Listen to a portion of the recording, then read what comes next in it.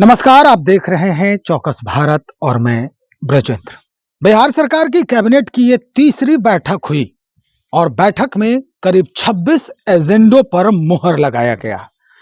किन किन एजेंडों पर मुहर लगी है ये हम विस्तार से आपको सुनवाएंगे। क्या कुछ हुआ है आज कैबिनेट में, किस तरह से किस व्यवस्था पर सबसे ज्यादा तवज्जो दिया गया है, किस व्यवस्था के लिए तवज्जो दिया गया है, क्या कुछ सोच रहे हैं बिहार के विकास के लिए बिहार के जो आला अधिकारी हैं वो, इन सारी बातों को हम अब सीधा आपको सुनवा रहे हैं। जरा गौर से सुनिएगा, क्या कुछ नई नीति बन रही है बिहार के विकास के बाबत। 15 अगस्त के संबोधन में राज्य में उद्योगों को बढ़ावा देने के लिए महत्वपूर्ण घोषणाएं की थी। उस क्रम में अगले 5 वर्षों में राज्य में 1 करोड़ अतिरिक्त रोजगार के अवसर सृजित करने की भी घोषणा की गई थी। उस घोषणा के अनुपालन में आज मंत्रिपरिषद ने बहुत ही महत्वपूर्ण नीति निर्णय लिया गया है, जिसके अंतर्गत Bihar industrial investment promotion policy 2016 जो अभी लागू है, उस पॉलिसी में एक विशेष पैकेज आज घोषित किया गया है, जो 31 मार्च 2026 तक जो निवेशक आवेदन करेंगे उनके लिए इस पैकेज का लाभ मिल सकेगा।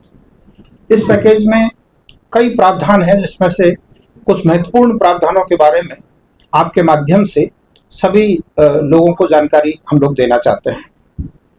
पहला एक बहुत बड़ा निर्णय है, राज्य में उद्योग स्थापित करने वाली बड़ी कंपनियों को, बड़े निवेशकों को निःशुल्क जमीन हस्तांतरण का निर्णय लिया गया है। बियाडा के इंडस्ट्रियल एरियाज में वैसे निवेशक जो 100 करोड़ इन्वेस्टमेंट करते हैं और 1000 प्रत्यक्ष रोजगार सृजित करते हैं, उनको परियोजना के हिसाब से 10 एकड़ तक की भूमि निःशुल्क दी जा सकेगी। दूसरी कैटेगरी है कि यदि 1000 करोड़ रुपए का निवेश करते हैं तो उनको 25 एकड़ तक की भूमि डिपेंडिंग ऑन द प्रोजेक्ट दी जा सकेगी। और तीसरा है कि जो फॉर्च्यून 500 कंपनीज है, वो यदि कोई निवेश करते हैं राज्य में तो उनको 10 एकड़ तक की भूमि depending on the project site दी जा सकेगी। तो इससे राज्य में जो बड़ी कंपनियां हैं और बड़े निवेशक हैं, उन्हें भूमि सुगमता से मिल पाएगी बियाडा के इंडस्ट्रियल एरियाज में। और ऐसा अनुमान है कि देश के विभिन्न हिस्सों में जो बड़े बड़े निवेशक अपनी मैन्युफैक्चरिंग कैपेसिटी लगाए हुए हैं, उनमें से कई अब विचार करेंगे कि बिहार में भी वो अपना इंडस्ट्री सेटअप करें। और इन 3 तरह के निवेशकों को जो निःशुल्क जमीन का निर्णय लिया गया है, इसमें अब तक जो प्रारंभिक उद्योग विभाग की चर्चा हुई है निवेशकों से, बहुत ही सकारात्मक रिस्पॉन्स नजर आ रहा है। आने वाले समय में निश्चित ही बड़े बड़े इंडस्ट्रीज राज्य में इंडस्ट्री सेटअप करेंगे। ये जो भूमि है, ये मात्र 1 रुपए के टोकन पर दी जाएगी और बाकी जितने निवेशक हैं उनको इस पैकेज की अवधि में, इन 3 कैटेगरी के अलावा जितने बाकी निवेशक हैं, उनको इस पैकेज की अवधि में यदि राज्य में वो निवेश करने का आवेदन देते हैं तो जो बियाडा की लैंड रेट है उसमें 50% डिस्काउंट देने का भी कैबिनेट ने आज निर्णय लिया है। इसका अर्थ ये हुआ कि 31 मार्च 2026 तक देश के जो निवेशक बिहार राज्य में उद्योग स्थापित करने का मन बनाते हैं, निर्णय लेते हैं, उनको एक बहुत ही मेजर रिलीफ लैंड की अवेलेबिलिटी के मामले में सरकार ने आज मंत्रिपरिषद ने मंजूर किया है। जहां तक वित्तीय इंसेंटिव का प्रश्न है, इसमें 3 विकल्प दिए गए हैं। निवेशक की अपनी इच्छा है कि वे 3 में से कौन से विकल्प को चुनते हैं, लेकिन 3 ऑप्शंस निवेशकों के पास है। Depending on the viability of the project वो अपना निर्णय ले सकते हैं। पहला ऑप्शन ये है कि यदि कोई टर्म लोन फाइनेंशियल इंस्टीट्यूशन से लेते हैं और उस पर इंसेंटिव ऑन इंटरेस्ट मांग करते हैं, तो इंटरेस्ट सबवेंशन जो पहले 20 करोड़ रुपए अधिकतम अनुमान्य था, उसको आज मंत्रिपरिषद ने 40 करोड़ की सीमा तक बढ़ा दिया है। यानी इंटरेस्ट सबवेंशन जो 2016 की पॉलिसी में सामान्यतः चल रहा था, उसको इस पैकेज की अवधि के लिए डबल कर दिया गया है। और इसमें साथ ही साथ 100% तक SGST रीइंबर्समेंट भी अलाउ किया गया है। यानी कोई निवेशक यदि इंटरेस्ट सबवेंशन का ऑप्शन लेते हैं तो उनको 40 करोड़ रुपए तक का interest subvention plus 100% SGST refund का प्रावधान अनमान्य होगा। दूसरा ऑप्शन ऐसा है कि जो मात्र SGST का रीइंबर्समेंट चाहते हैं, जो इंटरेस्ट सबवेंशन नहीं लेना चाहते हैं, उनको नेट SGST रीइंबर्समेंट जो हो सकता है उसका 300% तक, अप्रूव प्रोजेक्ट कॉस्ट के 300% तक 14 साल तक SGST का रीइंबर्समेंट किया जा सकेगा। यानी जो लोग टैक्स में मेजर रिलीफ लेना चाहते हैं उनके लिए ये ऑप्शन नंबर 2 है। और तीसरा ऑप्शन जो कैपिटल सब्सिडी के बारे में है, प्रोजेक्ट कॉस्ट का 30% तक की सीमा तक कैपिटल सब्सिडी दी जा सकेगी। निवेशक के ऊपर है कि वो इनमें से कौन सा विकल्प चुनते हैं और उनकी जो वायबिलिटी है उस हिसाब से वो अपना निर्णय ले सकें। साथ ही साथ राज्य से निर्यात को प्रोत्साहन करने के लिए हमारा जो एक्सपोर्ट इंसेंटिव पहले मिलता था उसको दुगना कर दिया गया है और उसकी समय सीमा अब 14 वर्ष कर दी गई है।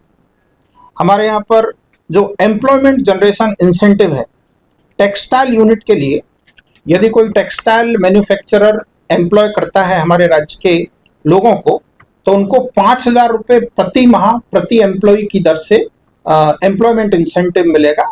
और ESI और EPF में जो खर्चा वो करते हैं उसका 300% तक का सपोर्ट मिलेगा।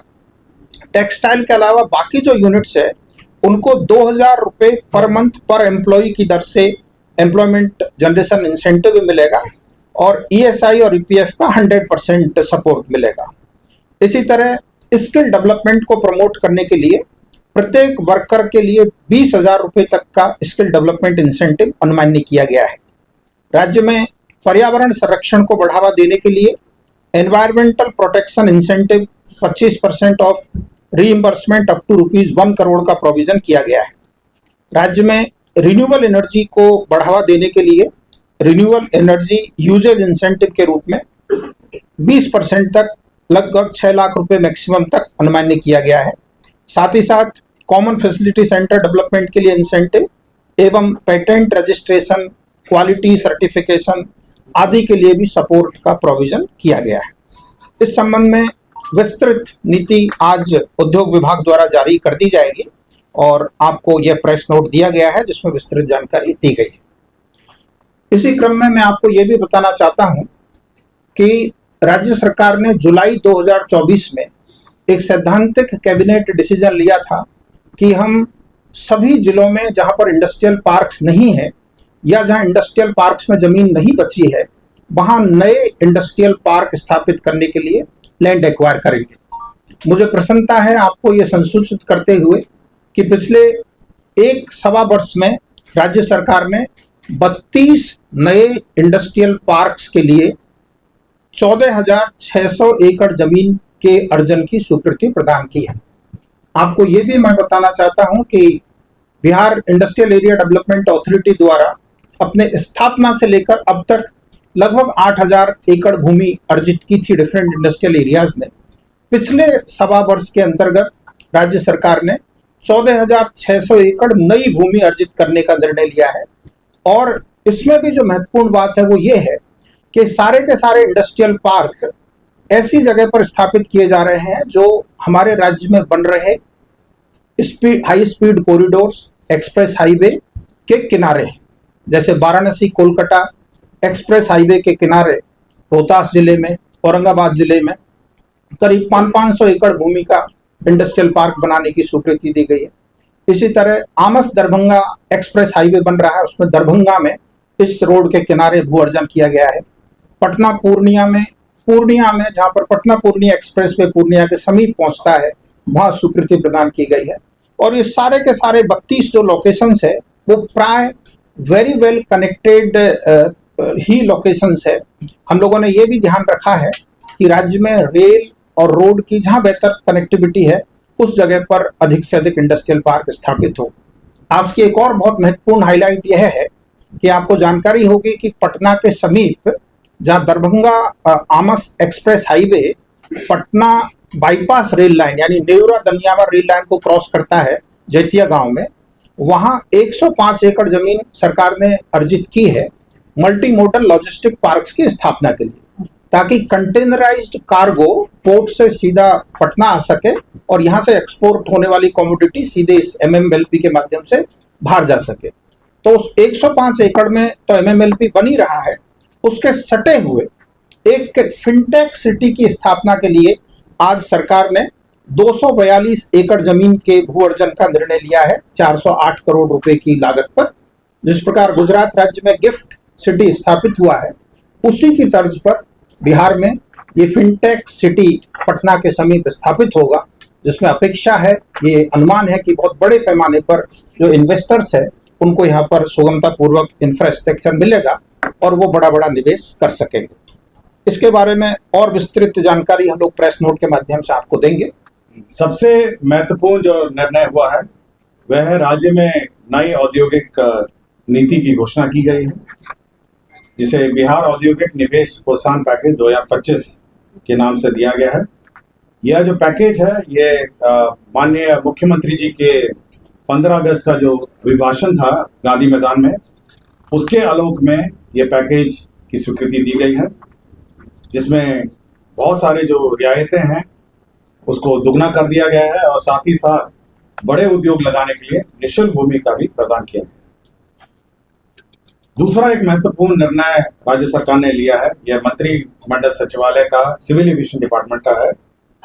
इसमें बिहार राज्य से अंतरराष्ट्रीय उड़ान को प्रोत्साहन करने के लिए बीजीएफ राशि की घोषणा की गई है।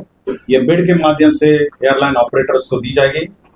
इसमें पटना काठमांडू को अधिकतम 5 लाख प्रति राउंड ट्रिप का बीजीएफ वायबिलिटी गैप फंडिंग दिया जाएगा। गया शारजा को 10 लाख रुपए प्रति राउंड ट्रिप दिया जाएगा। गया बैंकॉक को 10 लाख रुपए प्रति राउंड ट्रिप दिया जाएगा। गया कोलंबो को 10 लाख रुपए प्रति राउंड ट्रिप दिया जाएगा और गया सिंगापुर को 10 लाख रुपए प्रति राउंड ट्रिप दिया जाएगा। यह इसीलिए, ये जो वायबिलिटी गैप फंडिंग है यह इसीलिए दिया जा रहा है ताकि एयरलाइन ऑपरेटर्स को बिहार से जो इंटरनेशनल उड़ान ले जाना होगा या संचालन करना होगा, उनकी जो वायबिलिटी है वो अक्षुण्ण रहे और साथ ही साथ और भी एयरलाइन इस प्रोत्साहन के बाद इस राज्य से इंटरनेशनल विमान उड़ सकेंगे। यह बिड के माध्यम से होगा और ये वायबिलिटी गैप फंडिंग का अधिकतम लिमिट है। समाज कल्याण विभाग एक प्रस्ताव था जिसमें राज्य के दिव्यांग व्यक्तियों के लिए एक नई योजना घोषित की गई है। यह मुख्यमंत्री दिव्यांगजन शक्तिकरण योजना है और ये बिल्कुल अल्पसंख्यक उद्यमी योजना के तर्ज पर ही है। 10 लाख रुपए में 5 लाख रुपए ऋण और 5 लाख रुपए सब्सिडी है और इसमें कुल राशि जो है संचालन के लिए यह इस योजना के 10 करोड़ 25 लाख रुपए इसमें व्यय होंगे। ये बिल्कुल जो अल्पसंख्यक उद्यमी मुख्यमंत्री अल्पसंख्यक उद्यमी योजना है उसी तर्ज पर। खाद्य एवं उपभोक्ता संरक्षण विभाग का जो हमारे पीडीएस डीलर्स हैं उनके लिए निर्णय नया लिया गया है, जिसके अंतर्गत राष्ट्रीय खाद्य सुरक्षा अधिनियम 2013 के तहत डीलर कमीशन को बढ़ा दिया गया है। इसमें आपको जानकारी होगा कि कुल 90 रुपए प्रति क्विंटल डीलर कमीशन निर्धारित थी। अब इसको बढ़ाकर अतिरिक्त डीलर कमीशन 47 रुपए अतिरिक्त इसमें अब दिए जाएंगे। 90 के ऊपर अब 47 रुपए और अतिरिक्त दिया जाएगा।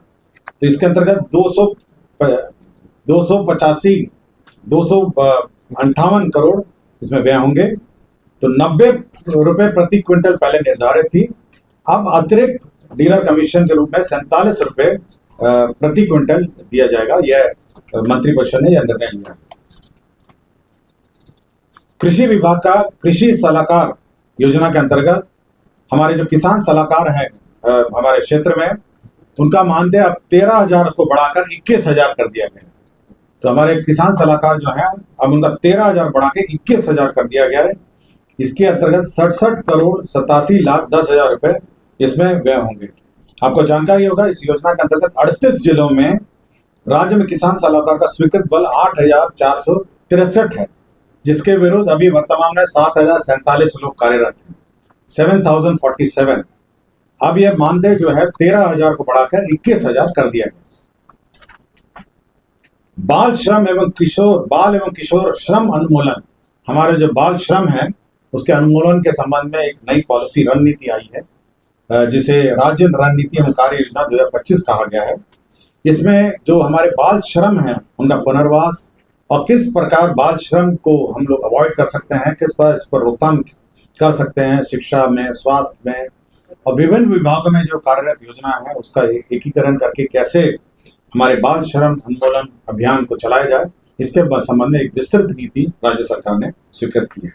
सोन सुरक्षा तटबंध पर बैदराबाद एवं राष्ट्रीय राजमार्ग 139 से पालीगंज वितरणी के शीर्ष नियामक तक एवं पालीगंज वितरणी के सेवा पथ पर पालीगंज शीर्ष नियामक के कोरियन मोड़ तक कालीकृत सड़क का निर्माण किया जाएगा। इसके अंतर्गत 100 करोड़ रुपए की प्रशासनिक स्वीकृति दी गई।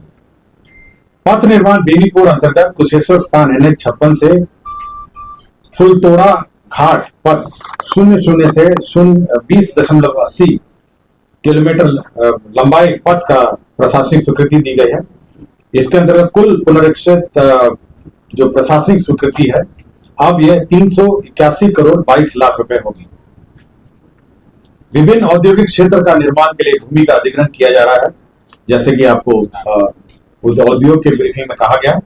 बिहार में औद्योगिक क्षेत्र के विस्तार हेतु भोजपुर आरा जिला अंतर्गत अंचल तरारी में औद्योगिक क्षेत्र निर्माण किया जाएगा। इसके अंतर्गत 249 एकड़ भूमि अधिग्रहित की जाएगी और इसके अंतर्गत 52 करोड़ 62 लाख 22,910 रुपए व्यय होंगे।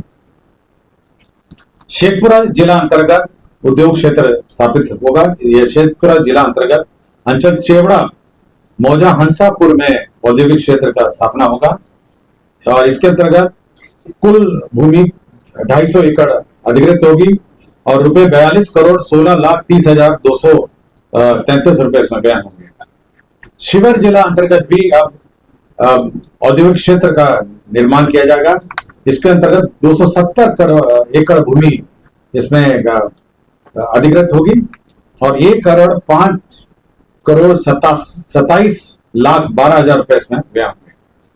दरभंगा जिले अंतर्गत भी ये औद्योगिक क्षेत्र का निर्माण किया जाएगा, जिसके अंतर्गत 385 एकड़ भूमि आधारभूत संरचना विकास प्राधिकार के माध्यम से अधिग्रहित होगा। इसमें 3 अरब 76 करोड़ 7 लाख 79,329 करोड़ रुपए होंगे।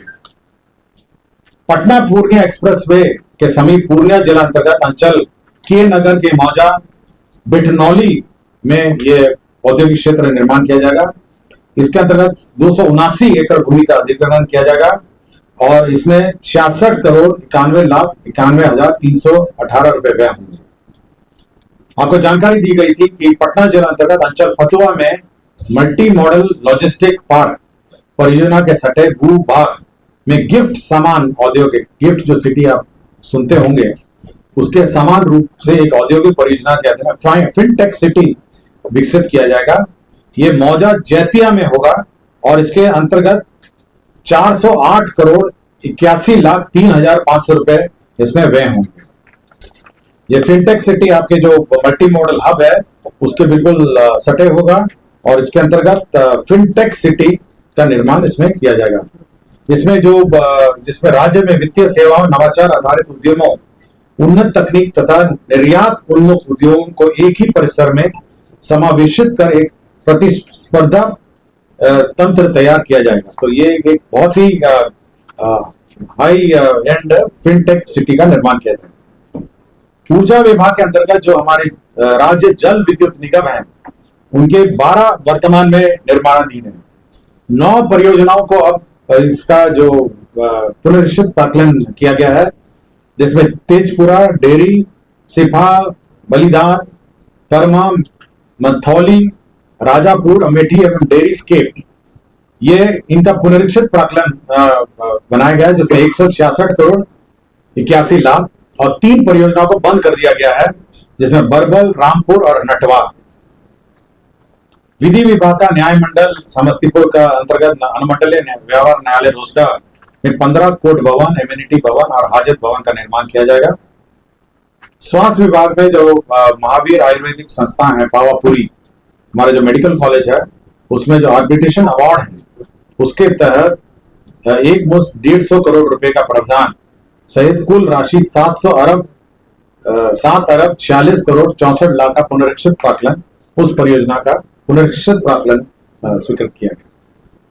आपको याद होगा पिछली बार वैशाली जिला अंतर्गत जो स्तूपा है उसके निकट में एक 5 सितारा होटल पीपीपी मॉडल में निर्माण का रिजॉर्ट का प्रस्ताव था, उसमें आंशिक संशोधन किया गया है।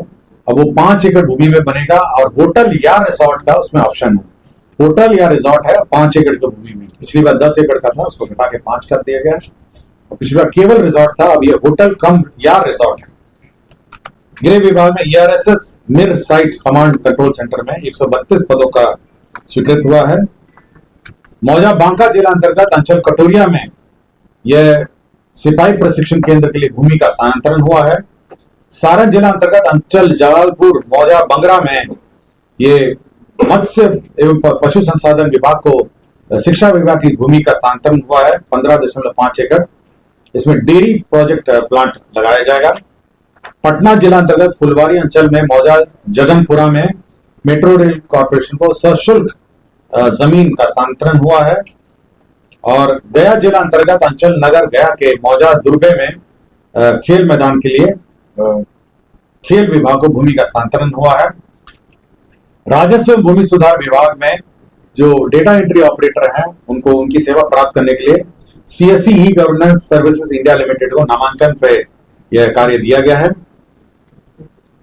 और आनंद अभिषेक, ये सामान्य प्रशासन विभाग है, परीक्षामान असैनिक न्यायाधीश कनिया कोटि, इनको डिस्चार्ज फ्रॉम सर्विस किया गया। तो कुल 26 एजेंडों पे आज निर्णय हुआ है। धन्यवाद। स्पष्ट हो गया होगा कि किस तरह से निवेश को बढ़ावा दिया जाना है। अब अपने राज्य बिहार में कई उद्योग लगाने को प्रोत्साहित किया जा रहा है और 1 रुपए में जमीन भी आवंटन करने की बात की जा रही है। नियम और जो उसके कानून है, उसके जो टर्म्स कंडीशन है, वो आगे जो है वो विवरणिका में निहित होगी कि क्या कुछ होगा, कैसे किया जाएगा। लेकिन ये 26 एजेंडों पर जो मुहर लगा है उसमें सबसे महत्वपूर्ण एजेंडा यही कहा जा सकता है कि अब निवेशकों पर सबसे ज्यादा फोकस है, ताकि बिहार में जो उद्योग धंधे हैं उसकी शुरुआत हो, इसका श्री गणेश हो। हालांकि पहले से भी कई उद्योग धंधे हैं, उसमें भी इजाफा करने के लिए, उसमें भी बढ़ोतरी करने के लिए, रोजी रोजगार पैदा हो, उसमें बिहार के लोग बिहार में ही रहे, पलायन न हो उनका, इसके लिए खासा ध्यान दिया गया है। तो चलिए देखते हैं चुनाव के पहले जो परिदृश्य बदल रहे हैं बिहार के विकास की, वो चुनाव में क्या रंग लाते हैं। बने रहिए हमारे साथ। बहुत शुक्रिया।